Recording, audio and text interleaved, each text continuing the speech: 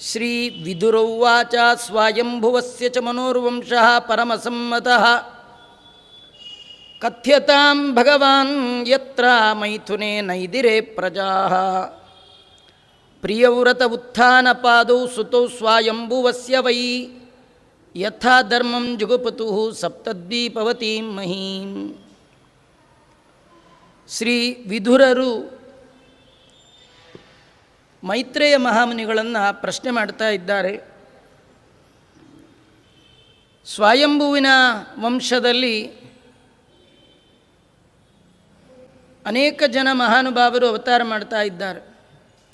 ಆ ವಂಶವೇ ಉತ್ತಮವಾದ ವಂಶ, ಜ್ಞಾನಿಗಳಿಗೆ ಸಮ್ಮತವಾದ ವಂಶ. ಸ್ವಯಂಭುವಿನ ಮನುಮಕ್ಕಳಾದಂಥ ಪ್ರಿಯವ್ರತ ಉತ್ಥಾನಪಾದರು 7 ದ್ವೀಪಗಳಿಂದ ಕೂಡಿದ ಭೂಮಿಯನ್ನು ಧರ್ಮಕ್ಕೆ ಅನುಗುಣವಾಗಿ ಪಾಲನೆ ಮಾಡಿದ್ರಂತೆ. ನಾವು ನಮ್ಮ ಮನೆ ಒಂದು ಧರ್ಮದಕ್ಕೆ ಅನುಗುಣವಾಗಿ ಪಾಲನೆ ಮಾಡುವ ಯೋಗ್ಯತೆ ಇಲ್ಲ. ಅವ್ರ ಕಥೆ ಕೇಳ್ತಾ ನಮ್ಮ ಯೋಗ್ಯತೆ ಏನು ನಾವು ತಿಳ್ಕೊಂಡಾಗ ಎಷ್ಟು ಸಣ್ಣವರು ನಾವು ಅಂತ ನಮ್ಮ ಅರಿವಿಗೆ ಬರುತ್ತೆ. ಅದರಲ್ಲಿ ದೇವಹೂತಿ ಸ್ವಯಂಭುವಿನ ಮಗಳು. ಆ ಸ್ವಯಂಭುವಿಗೆ 3 ಜನ ಹೆಣ್ಣು ಮಕ್ಕಳು, ದೇವಹೂತಿ, ಆಕೂತಿ, ಪ್ರಸೂತಿ ಅಂತ. ಅವರ ಚರಿತ್ರೆ ಹೇಳ್ರಿ ಅಂತ ಕೇಳಿದ್ದಾರೆ.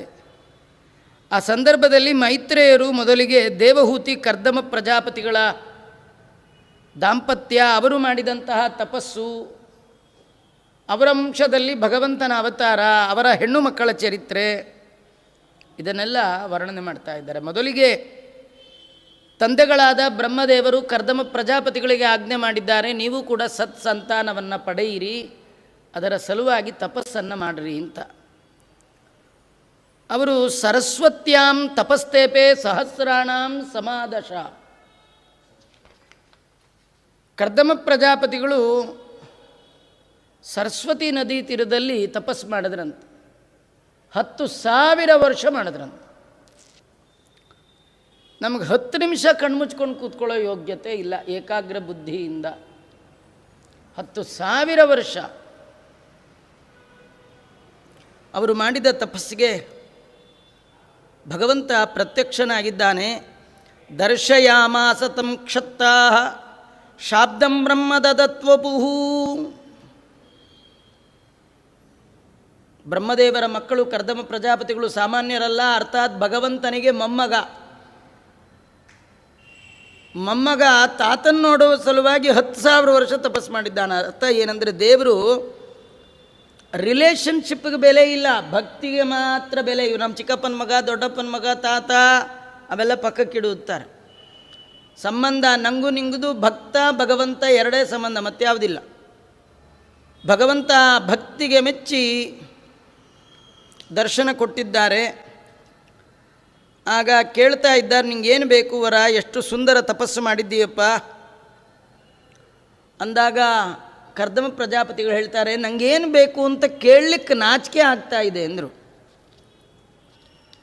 ಯಾಕೆ? ಸಾಮಾನ್ಯವಾಗಿ ಯಾರು ನಿನ್ನನ್ನು ಕಾಣ್ತಾರೆ ಏನು ಕೇಳ್ತಾರೆ? ನಿನ್ನಲ್ಲಿ ಜ್ಞಾನ, ಭಕ್ತಿ, ವೈರಾಗ್ಯ ಕೊಡು ಸ್ವಾಮಿ ಕೇಳ್ತಾರೆ, ಅಥವಾ ಮೋಕ್ಷ ಕೊಡು ಕೇಳ್ತಾರೆ. ನಾನು ಇದ್ಯಾವುದು ಕೇಳೋಲ್ಲ. ಮತ್ತೆ ತಥಾ ಸಚಾಹಂ ಪರಿವೋಡು ಕಾಮಃ ಸಮಾನಶೀಲಾಂ ಗ್ರಹಮೇದಿದೇನು.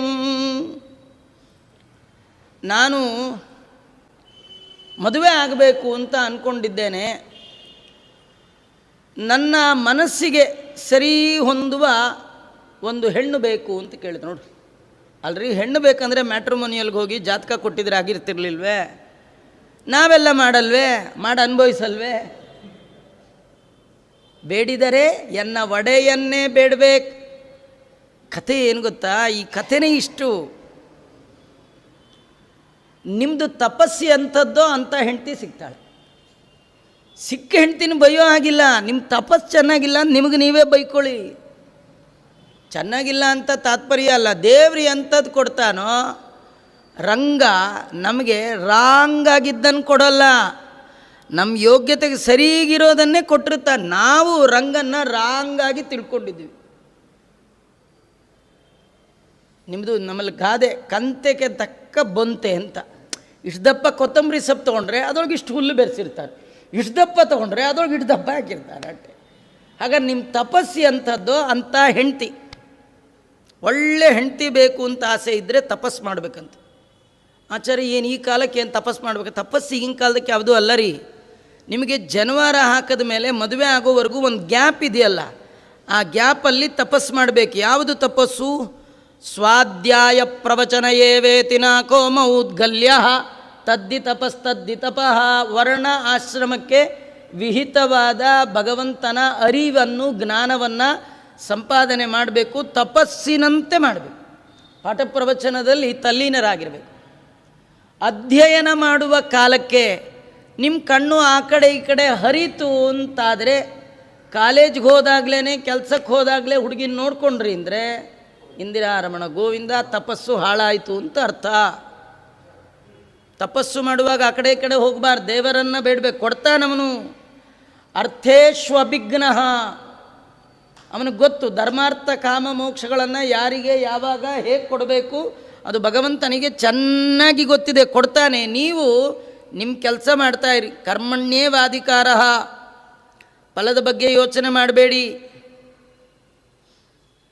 ಕರ್ದಮರು ಭಗವಂತನಿಗಂತಾರೆ, ನಾನು ಮದುವೆ ಆಗಬೇಕು ಅಂತಿದ್ದೀನಿ, ಒಂದು ಒಳ್ಳೆ ಹೆಣ್ಣು ಬೇಕು ಅಂತ. ದೇವರು ಕೇಳ್ದ, ಎಂಥ ಹೆಣ್ಣು ಬೇಕು? ಈಗ ಮದುವೆ ಆಗೋ ಸಂದರ್ಭದಲ್ಲಿ ಈ ಆಪರ್ಚುನಿಟಿ ಎಲ್ಲರಿಗೂ ಇದೆ ರೀ. ನಮ್ಮಲ್ಲಿ ಹುಡುಗ ಇದ್ದಾನೆ, ಹುಡುಗಿ ಬೇಕು. ಹೇಗಿರಬೇಕು ಹುಡುಗಿ?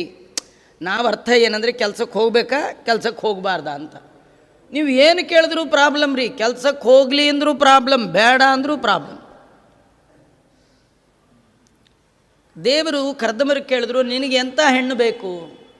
ಅವರು ಒಂದೇ ಅಂದರು, ಸಮಾನ ಶೀಲಾಂ. ಶೀಲ ಅಂದರೆ ಸ್ವಭಾವ. ದೇವರೇ, ನಿಂಗೆ ನನ್ನ ಸ್ವಭಾವ ಗೊತ್ತು. ಯಾಕಂದರೆ ನೀನು ಎಲ್ಲೋ ಇಲ್ಲ, ಅಂತರ್ಧ್ರುವಾಯ, ನನ್ನ ಒಳಗೆ ಇದ್ದೀಯ. ನಾನೆಂಥವ, ನನ್ನ ಯೋಗ್ಯತೆ ಎಂಥದ್ದು, ನನ್ನ ಬಿಹೇವಿಯರ್ ಎಂಥದ್ದು, ನನ್ನ ಥಾಟ್ಸ್ ಎಂಥದ್ದು ಎಲ್ಲ ಗೊತ್ತಿದೆ ಅಲ್ವ ನಿನಗೆ. ಇದಕ್ಕೆ ಈಕ್ವಲ್ ಆಗೋದು ಯಾವುದಿದೆ ನೋಡು ಅಂತ. ನೋಡಿ ಎಷ್ಟು ಚೆನ್ನಾಗಿದೆ. ಸಮಾನಶೀಲ. ನಮ್ಮಿಲೀಗ ಈ ಹುಡುಗ ಹುಡುಗಿನ ತೋರಿಸಿದ ತಕ್ಷಣ ಒಂದು 2 ನಿಮಿಷ ಮಾತಾಡಬೇಕು ಅಂತ. 2 ನಿಮಿಷ ಮಾತಾಡಿದ್ರೆ ಜನ್ಮಕ್ಕಾಗೋಟ್ಟು ಸಾಕಾಗತ್ತಾ? ಅರ್ಥ ಆಗತ್ತಾ? ಯಾರನ್ನ ಇಬ್ಬರಲ್ಲಿ ಒಬ್ರಿಗೊಬ್ರು ಅರ್ಥ ಮಾಡ್ಕೊಳ್ಳಿಕ್ಕಾಗತ್ತಾ? ಅದು ನಿಜವಾಗಿ ಗೊತ್ತಿರೋದು ಯಾರಿಗೆ? ದೇವರಿಗೆ. ಅದರಿಂದ ಯಾರನ್ನು ಕೇಳಬೇಕು? ದೇವರನ್ನು ಕೇಳಬೇಕು. ಏನಂತ ಕೇಳಬೇಕು? ಸ್ವಾಮಿ ಸಾಧನೆಗೆ ಅನುಗುಣವಾದ ಸತಿಯನ್ನು ಕೊಡು ಅಂತ ದೇವರಲ್ಲಿ ಕೇಳಬೇಕು. ಕೇಳಿದ್ರು, ಸಮಾನಶೀಲಾಂ ಗೃಹಮೇದಿದೇನು.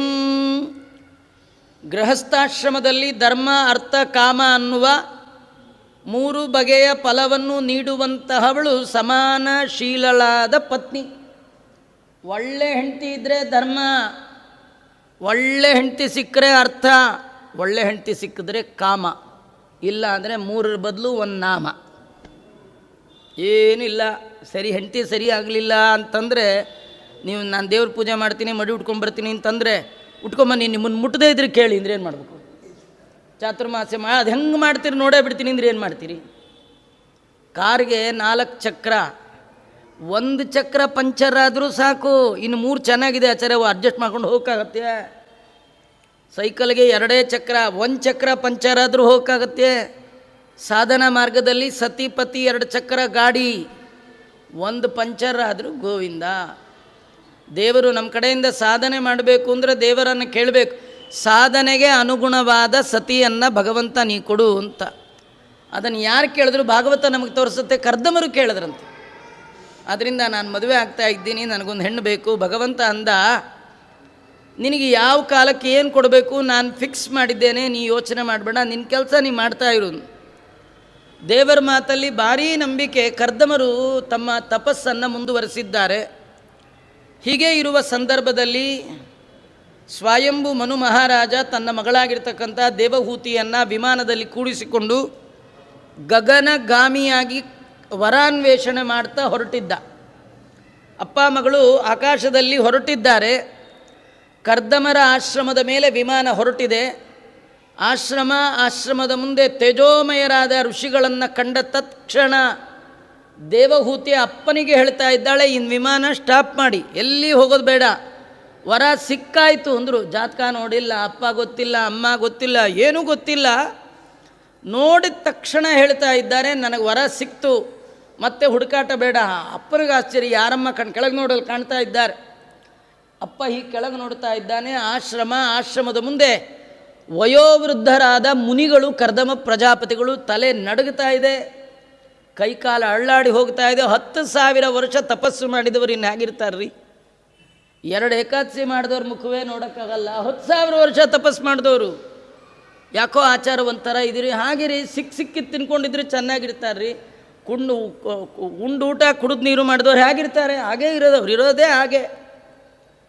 ಅವ್ರು ನೋಡಿ ಅವರಪ್ಪ ಅಂತಾನಲ್ಲಮ್ಮ, ಇದೇನು ಸಾಫ್ಟ್ವೇರಾ ಹಾರ್ಡ್ವೇರಾ ಒಂದೂ ಅಲ್ಲ, ಮುದುಕ, ಇವನನ್ನು ಮದುವೆಯಾಗಿ ಏನು ಮಾಡ್ತೀವಿ? ಅವಳಂತಾಳೆ, ಬ್ರಹ್ಮಜ್ಞಾನ ಬೇಕಂತಾದರೆ ಬ್ರಹ್ಮಜ್ಞಾನಿಯನ್ನೇ ಹಿಡಿಬೇಕು. ಯಾರ್ಯಾರನ್ನೋ ಪಾಣಿಗ್ರಹಣ ಮಾಡಿಕೊಂಡ್ರೆ ಚಂದ್ರಗ್ರಹಣ ಸೂರ್ಯಗ್ರಹಣ ಥರ ಆಗಿಬಿಡುತ್ತೀರಿ. ಯಾವತ್ತೋ ಒಂದಿನ ಬಿಟ್ಟು ಹೋಗ್ತಾರೆ. ಯಾರಾದರೂ ಕರ್ಕೊಂಡೋಗೋ ಗಂಡುಗಳಿದಾರಾ? ಪ್ರತಿಜ್ಞೆ ಕೂಡ ಅಗ್ರಿಮೆಂಟು 3: ಧರ್ಮೇಚ ಅರ್ಥೇಚ ಕಾಮೇಚ ಮೋಕ್ಷೇಚ ಅಂತಿದೆಯಾ? ಇಲ್ಲ.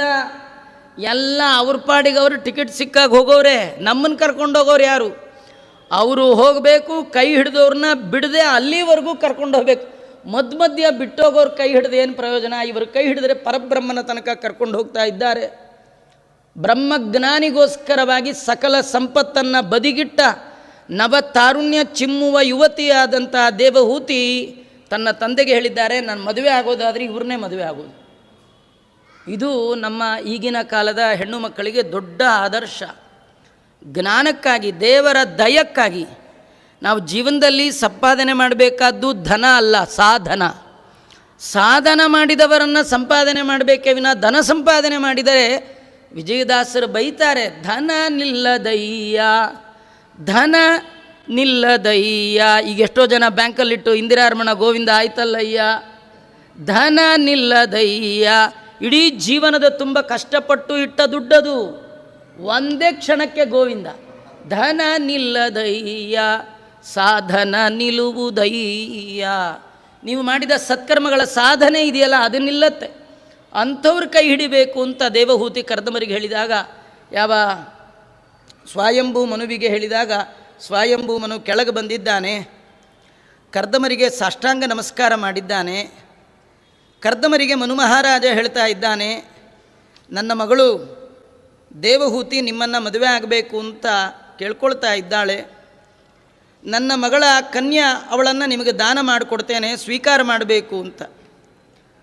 ಅದಕ್ಕೆ ಅವರಂದರು, ನಿನ್ನ ಮಗಳನ್ನು ನಾನು ಕೂಡ ಮದುವೆ ಆಗಲಿಕ್ಕೆ ಒಪ್ಕೊಳ್ತೇನೆ. ನಿನ್ನ ಮಗಳು ದೇವಹೂತಿ, ಅವಳದೇನು ಮಹಿಮಾ, ಅವಳ ಗುಣ ಎಂಥದ್ದು ಅದೆಲ್ಲ ನಾನು ತಿಳ್ಕೊಂಡಿದ್ದೇನೆ. ಅವಳ ರೂಪ, ಅವಳ ಸೌಂದರ್ಯ, ಅವಳ ಗುಣ ಎಲ್ಲ ನನಗೆ ಗೊತ್ತು. ಏನು ಗೊತ್ತಾ? ಯಾರಿಗೆ ದೇವರು ಗೊತ್ತು ಅವರಿಗೆಲ್ಲ ಗೊತ್ತು. ಯಾರಿಗೆ ದೇವರು ಗೊತ್ತಿಲ್ಲ ಅವ್ರಿಗೇನು ಗೊತ್ತಿದ್ರೂ ಗೊತ್ತಿದ್ದ ಹಾಗಲ್ಲ ಅಲ್ವಾ? ಯಾರನ್ನ ತಿಳಿದರೆ ಎಲ್ಲವನ್ನೂ ತಿಳಿದಂತಾಗುತ್ತೋ ಅಂಥ ಭಗವಂತನನ್ನೇ ಬಲ್ಲ ಬಹುಜ್ಞಾನಿಗಳು ಕರ್ದಮರು. ಅವ್ರಿಗೊಂದು ಹೆಣ್ಣಿನ ಬಗ್ಗೆ ಏನ್ರಿ? ಅವರಂತ ಇದ್ದಾರೆ, ನನಗೇನು ತೊಂದರೆ ಇಲ್ಲ ರಾಜ, ನನಗೆ ಒಂದೇ ಒಂದು ಕಂಡೀಷನ್ ಇದೆ ಅಂದರು.